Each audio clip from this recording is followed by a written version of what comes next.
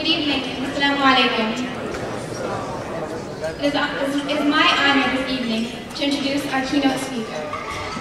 Mr. Salam Al-Marayati is Executive Director and Founder of the Muslim Public Affairs Council. MPAC is a public policy organization aimed at making Muslims a vibrant, positive, and integral part of American society. For 18 years, Mr. Al-Marayati has worked tirelessly to promote harmony between Muslims and their fellow Americans through interfaith dialogue and working with local and national officials.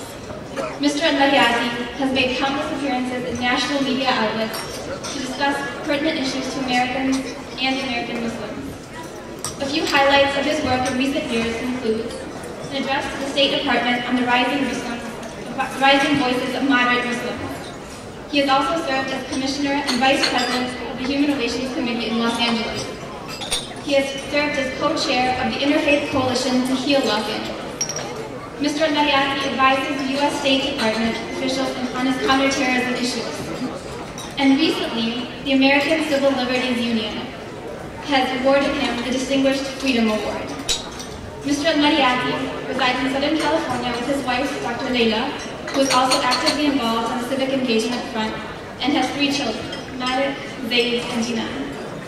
On a more personal note, I had the opportunity to attend an MPAC Strategic Relations retreat in California a couple years ago, and was able to see Brother Salam at work firsthand.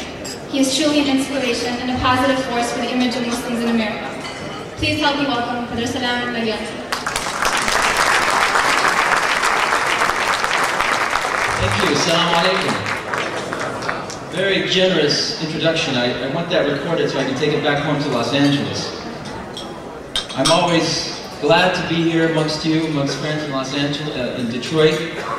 My brother Khalid Beg has invited me, and it's always a privilege to see one of the most active and really effective Muslim communities in America.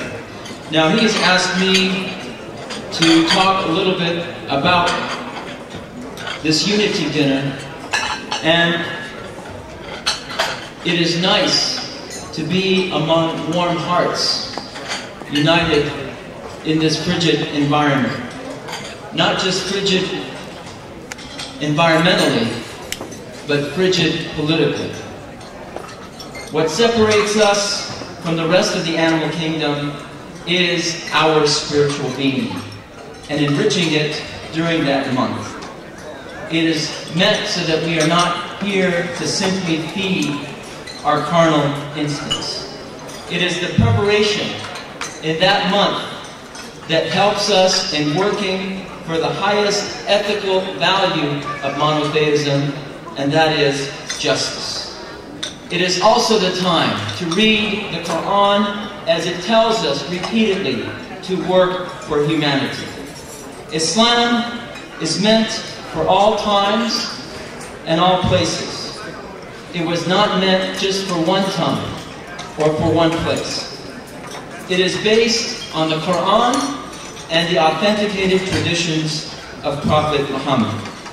Peace and blessings be upon him.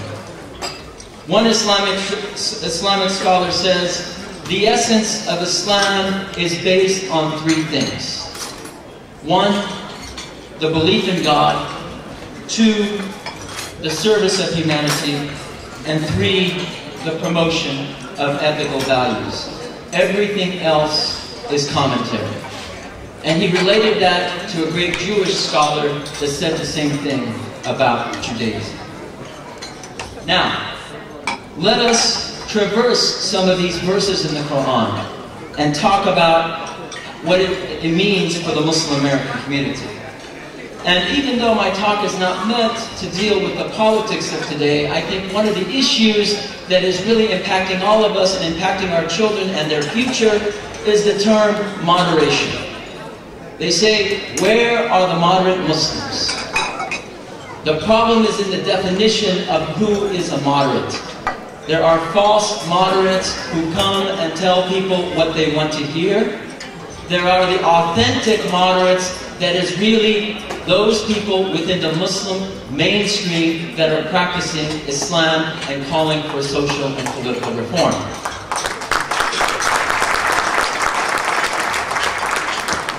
So let's take a glimpse at the Quran in terms of the themes that it taught us during the month of Ramadan.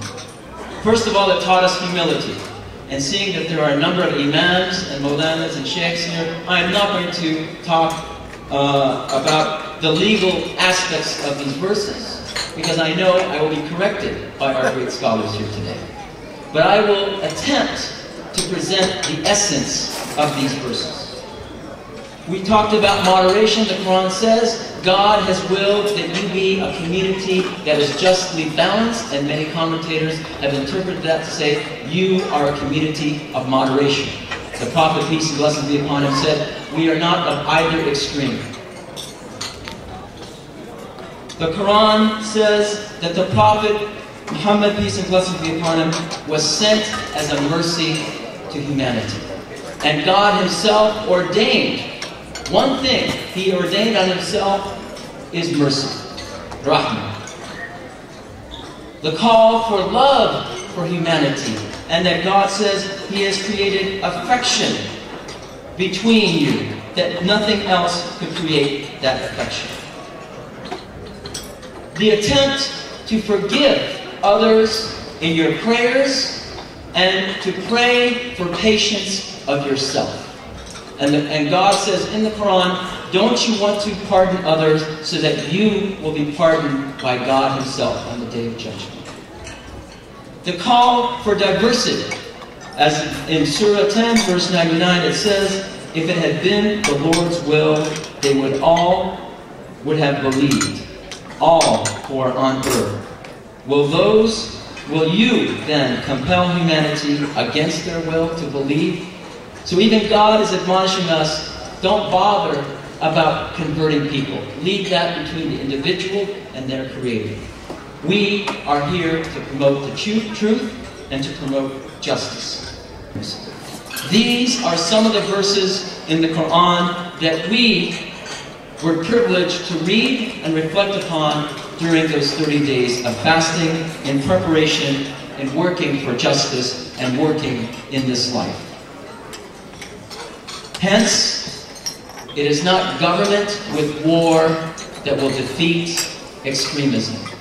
It is people with the truth who follow the Quran who will defeat extremism.